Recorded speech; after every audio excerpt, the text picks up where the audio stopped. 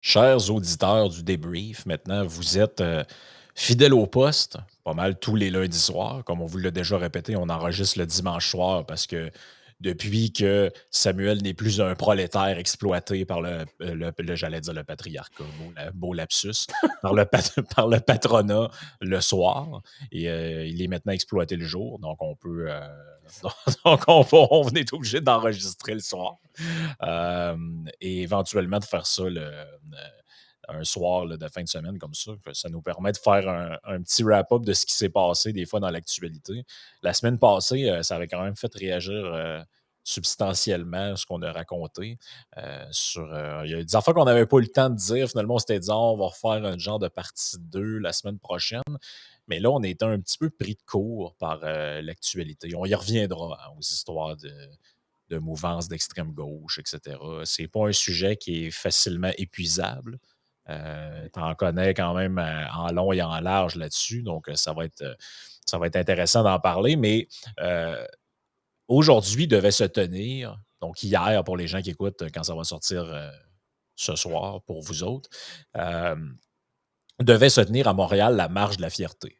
Bon, Marche de la Fierté, pour une petite histoire, ça commence de mémoire en 1970 aux États-Unis. T'en as à San Francisco, à Chicago, un petit peu partout. Et puis, progressivement, ça se répand un peu partout dans les pays occidentaux. Très peu dans les autres pays, hein, by the way. Aller jusqu'à, de mémoire, c'est quoi? Aller jusqu'au début des années 2000, il n'y avait qu'en Afrique du Sud. Je pense que tu pouvais voir ça de tout le continent africain. Finalement, un peu par pression internationale, certains pays ont fini par faire ça. Israël, notamment. Oui, Israël, mais je parle dans les pays, mettons, africains. Mais tu sais, si vous cherchez Moyen-Orient, tout ce qu'on appelle le croissant fertile, ces endroits-là, la bonne marche des chance. fiertés à Dubaï, là, extraordinaire. Oui, c'est ça. Ouais, la marche de la fierté au Pakistan, ça a l'air que c'est super populaire. Donc, c'est ça. Fait que au fil du temps, ça s'est un petit peu élargi. Moi, quand j'étais petit, on nous disait que c'était la marche, on appelait ça la fierté gay. Là. Je me rappelle quand j'étais petit, puis ça concernait pas mal dans notre esprit juste ces gens-là. Avec le temps, ça s'est comme élargi.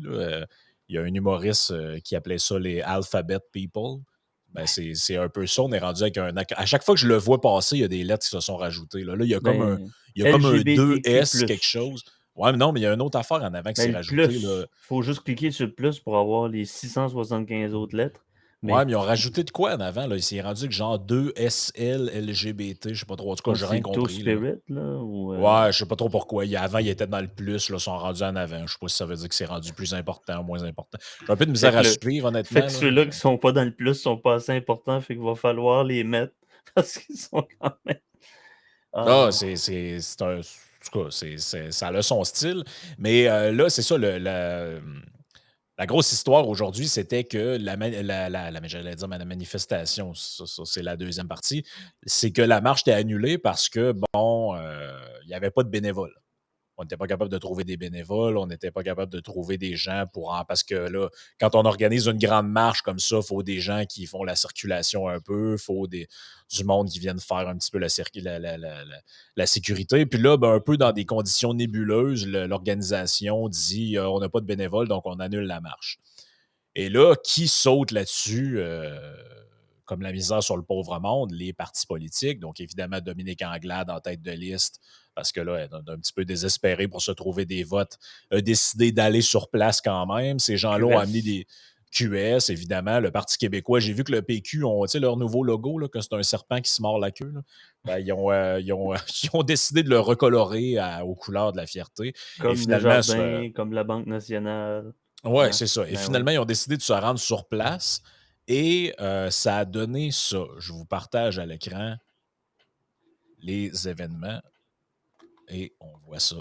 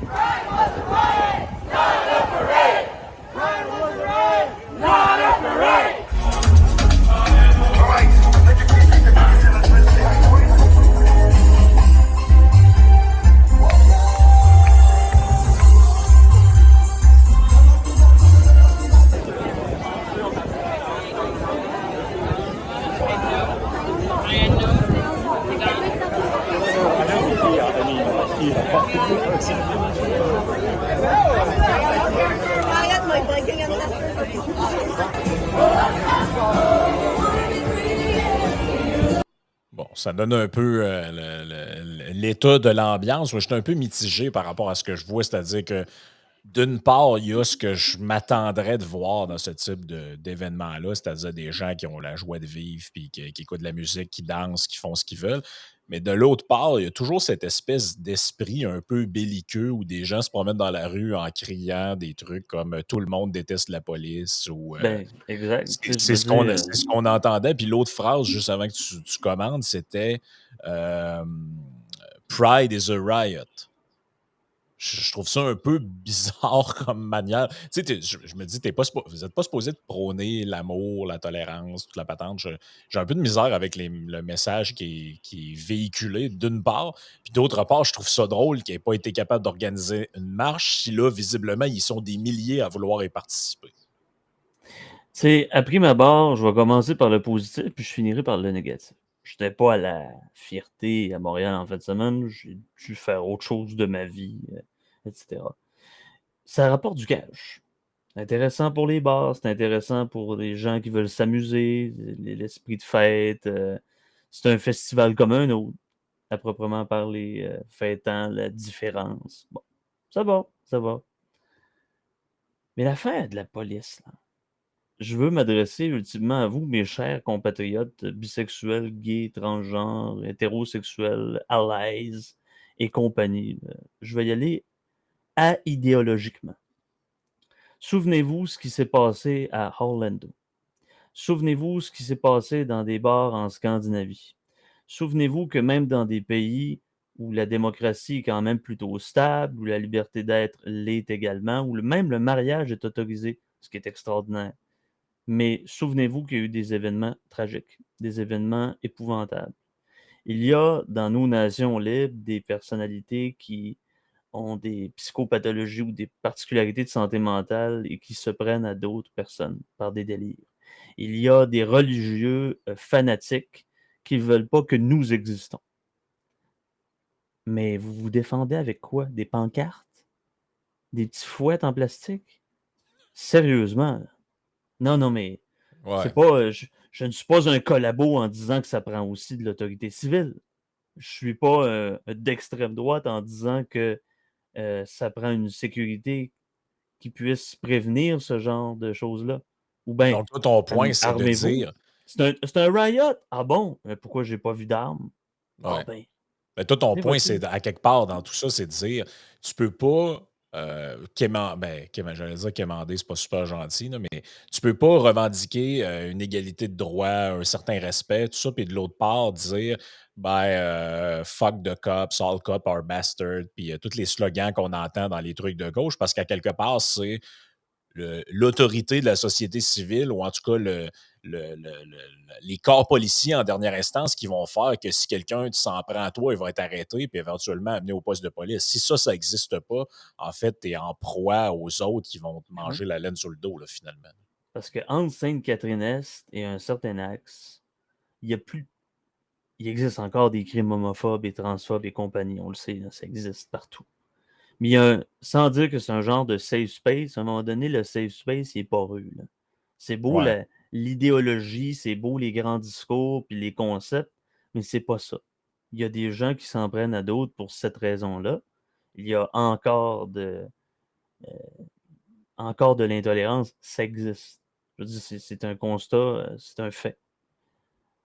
Mais à un moment donné, lorsqu'il y a un fou qui va se rendre sur Sainte-Catherine-Est, puis qui va s'en prendre à vos compatriotes, qu'est-ce que vous allez dire? La police n'était pas là. Il n'y avait pas suffisamment de sécurité.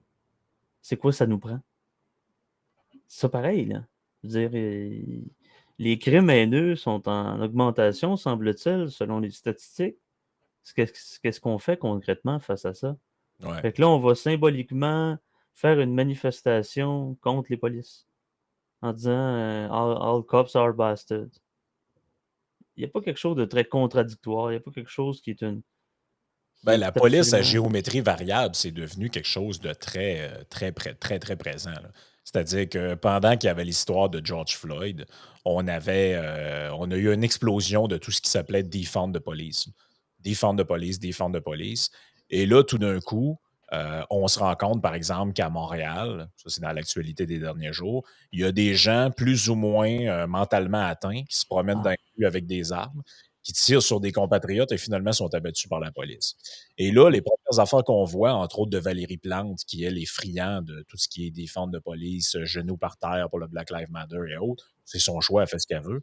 Mais là, elle nous disait qu'on allait augmenter les effectifs de police, puis qu'on allait garantir je veux que les gens sachent qu'à Montréal, on est en sécurité. Et puis là, je me disais, bon, OK, parfait. Est-ce que c'est défendre ou c'est pas défendre? Moi, j'ai un peu de misère avec ça. D'autre part, euh, tout le monde déteste la police.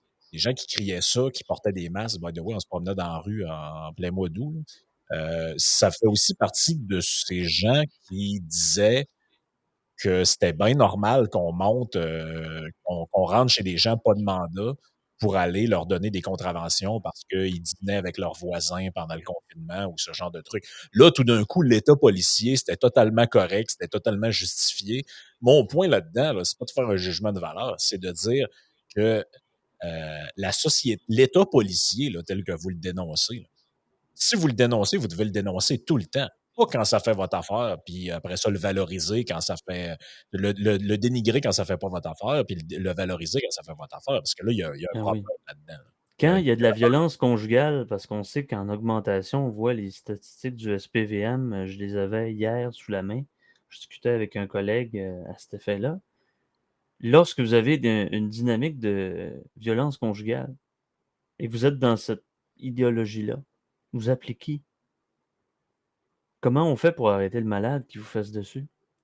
Si vous avez personne d'autre qui peut venir. Mmh. Habituellement, c'est la police, ça. La police, ça fait-tu juste des choses qui sont pas correctes? C'est-tu juste des blancs, cisgenres, hétéros, fascistes, Ouais. patriarcaux, dis-je? Non. Moi, Ben, j'ai l'autre. des amis policiers qui sont complètement ouverts d'esprit, puis Ouais, que puis il y a des font juste policiers appliquer qui. la maudite Il y a loi, des, là. il y a des policiers qui sont homosexuels, bisexuels, tout ce que vous voulez aussi en passant, hein. Ça C'est pas juste des hommes blancs hétéros, hein. Je veux juste vous j'en ramener connais ça une à couple. terre, là. Ouais, j'en connais aussi, même très personnellement. Et Fait là, que, tu pensez pas à sais, YMCA tout de suite, ils sont pas habillés comme ça. non, c'est ça. Ça, c'est dans un autre contexte. Mais, ça, c'est un point que j'avais abordé avec Yann. Je veux t'entendre là-dessus. Tu sais, on a reproché, puis vous allez avoir l'impression qu'on fait du coq à l'âne, mais vous allez comprendre. On a reproché, entre autres dans plein de médias différents, à quelqu'un comme Pierre Poilievre de s'attaquer à des institutions.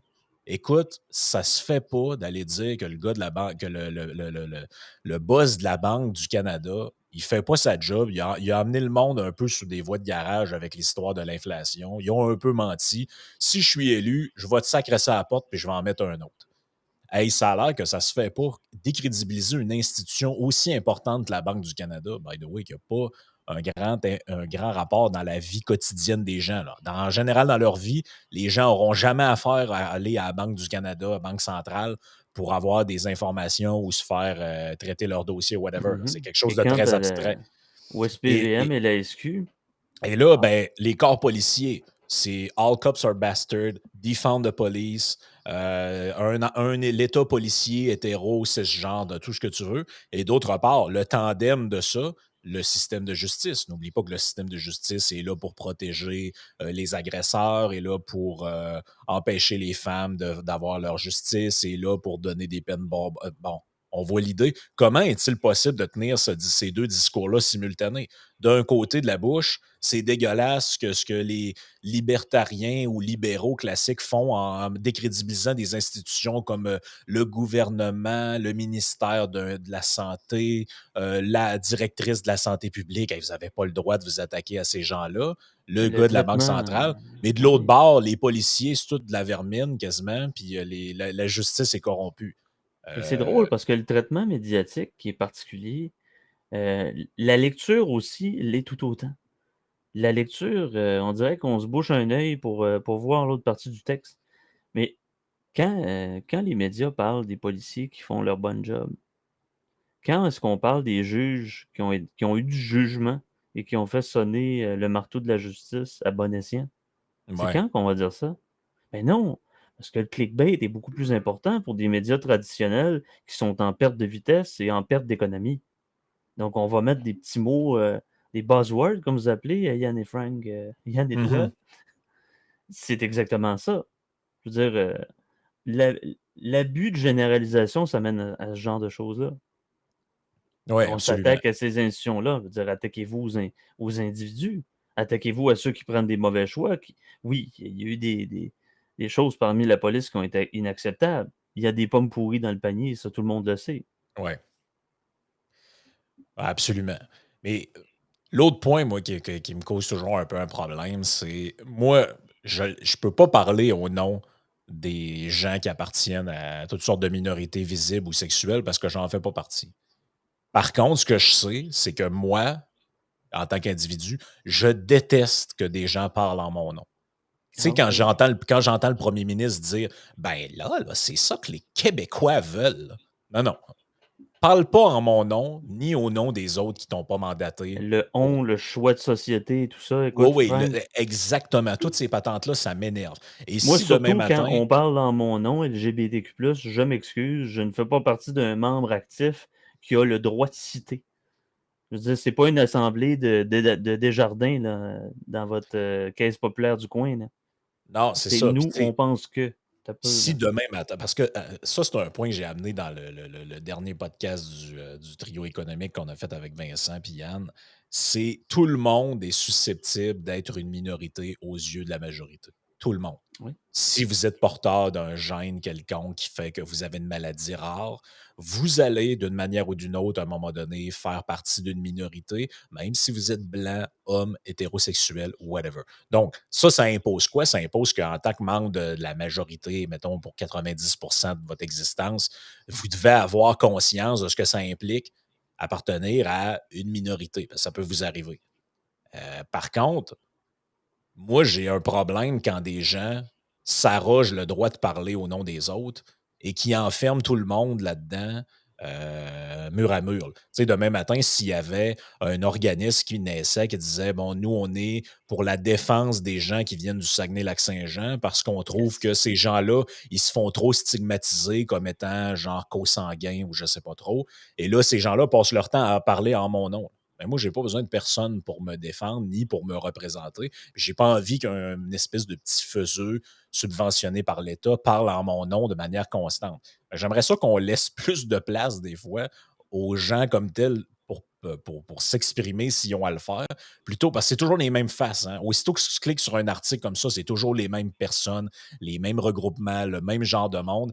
Et c'est toujours un peu aussi l'occasion de faire de la politique, là, c'est-à-dire qu'à chaque fois que je vois ce genre de marche-là, on sent que c'est un peu les marches de, j'allais dire, de l'anti-caribou, mais tu vas comprendre ce que je veux dire. Là. C'est-à-dire c'est toujours un peu des marches borderline Parti libéral du Québec qui finit toujours par dans un coin à prendre des photos avec des trucs du genre nous sommes contre la loi 21 ou je sais pas trop. Ils ont le droit de faire ça. Là. Mais c'est que je sens toujours l'ombre d'une récupération politique et ça m'énerve un peu. C'est le grand buffet des idées. Hein. Maintenant, on est de tous les combats. Et ce genre de manifestation-là me fait penser au cégep. Souvenez-vous, si vous avez fait le collégial comme moi, lors de la première rentrée, vous aviez le groupe des défenses des gays, les témoins de Jéhovah d'un côté, vous aviez Banque nationale et Desjardins d'un autre, les communistes et les chrétiens de l'autre bord. Ils faisaient tous des petits stands. Ça me fait penser un peu à ça. On a comme pas le choix de passer au travers de ceux-là, en se disant que, ah oui, ils se représentent eux-mêmes, puis bon, c'est une pensée groupale, c'est une pensée tribalo-clanique, comme Hum, dirait le professeur Aoun de l'Université de Sherbrooke, parlant des peuplades arabes. Et c'est qu'au final, on ne peut pas raisonner avec un discours de la majorité, même dans des minorités. ouais. Tu le dis très bien avec le GOAT, on peut dire avec n'importe quel comédien de grande cause, comme dirait Nietzsche, ces gens-là qui prennent parole au nom de. Les porte-paroles. Je porte la parole de. Ça m'a toujours rendu très sceptique, ça. Ben, moi, si la parole, si les gens leur ont demandé, tu sais, comme par exemple, un lobbyiste peut être le porte-parole de Absolument. quelqu'un, mais ce lobbyiste-là a été mandaté par l'entreprise ou le secteur hôtelier ou whatever. Encore que tous les membres n'ont pas nécessairement leur mot à dire là-dedans, mais déjà, au moins, ça, la personne a été mandatée pour. Mais tu sais, moi, je trouve que ça dénote beaucoup le besoin absolument de se rapprocher de groupes comme ça. On dirait que ça dénote vraiment un manque d'individualité. C'est-à-dire que, tu sais, ça a été beaucoup reproché ça, à des personnages comme Ayn Rand, comme Isabelle Patterson, comme toutes les grandes figures intellectuelles américaines du 20e siècle qui étaient des femmes extraordinaires, mais qui ont toujours refusé d'être accolées, par exemple, à quelconque mouvance féministe. Pourtant, si tu regardes la vie de quelqu'un comme Ayn Rand, bon, immigré d'origine russe, ses parents ont fui en Ukraine de mémoire pendant un moment. Après ça, ils ont immigré aux États-Unis. Elle, un peu contre sa famille, réussit finalement à écrire des articles dans des journaux, finalement à écrire des petites pièces de théâtre, des bouquins, finalement à être, après la Bible, probablement avec Atlas Shrugged, puis de Fountainhead, des livres les plus vendus de l'histoire des États-Unis et les plus lus par tous ceux qui s'intéressent un peu au monde des idées, entre guillemets.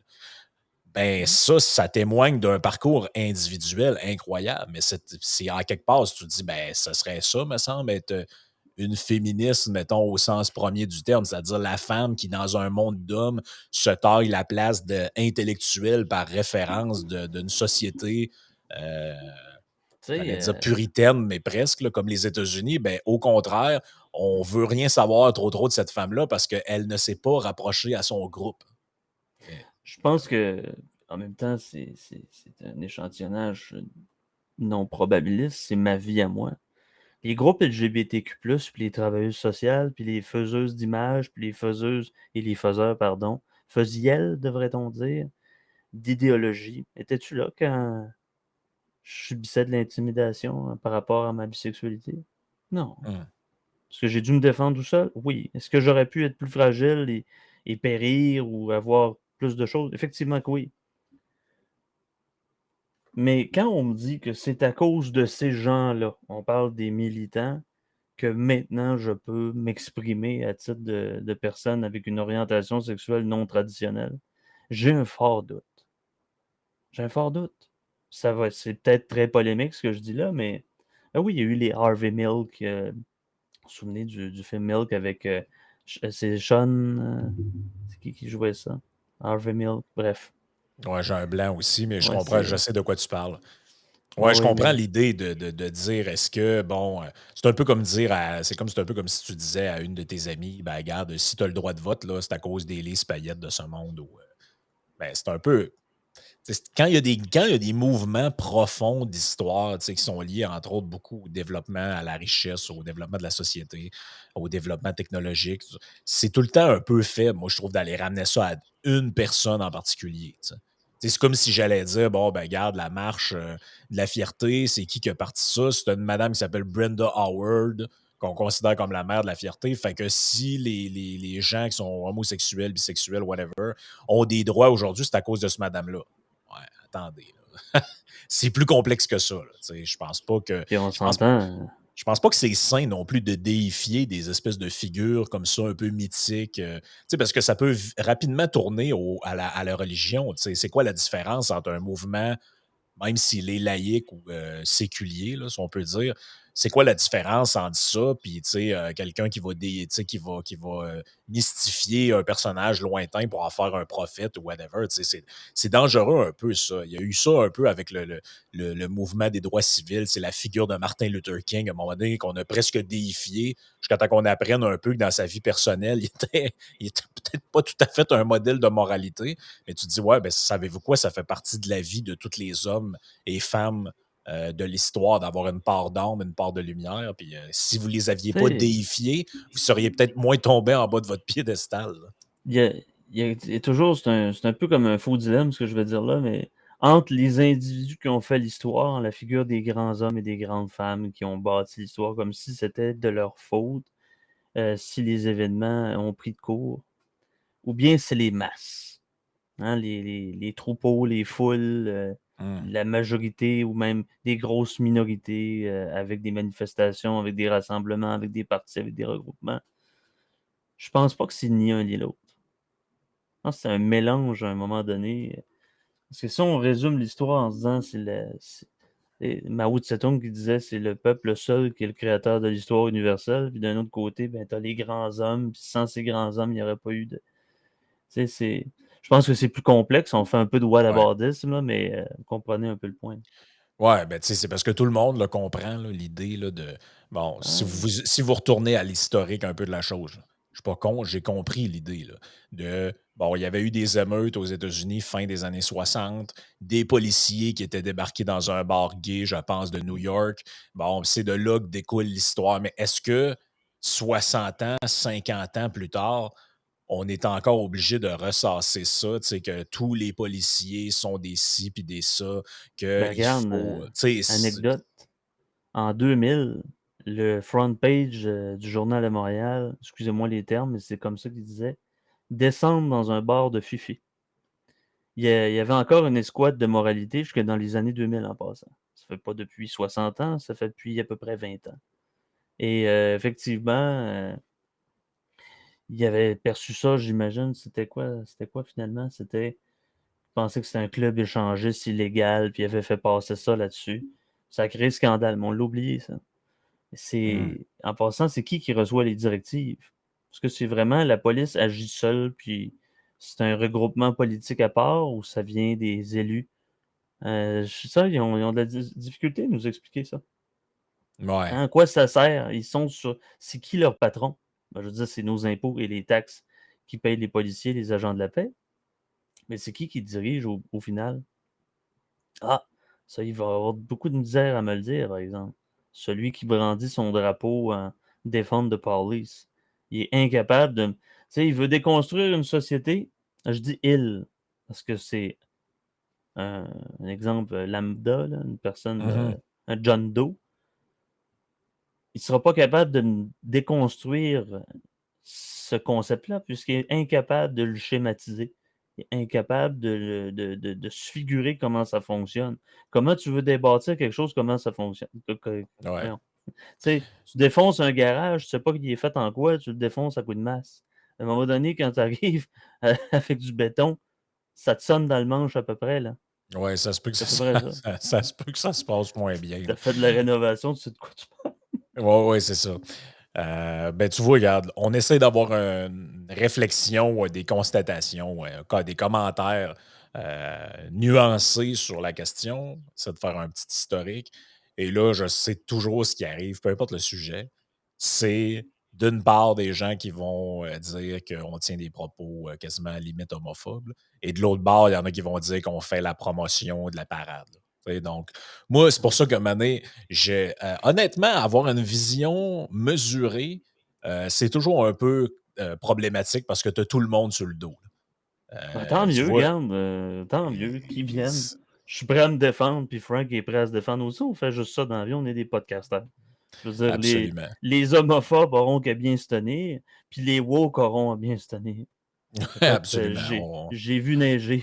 ouais, ouais, c'est ça, ça sera pas la première fois ni la dernière. Ah, merci tout le monde d'avoir été là. On espère que cette petite actu, ce petit débrief vous a intéressé. Puis rendez-vous la semaine prochaine.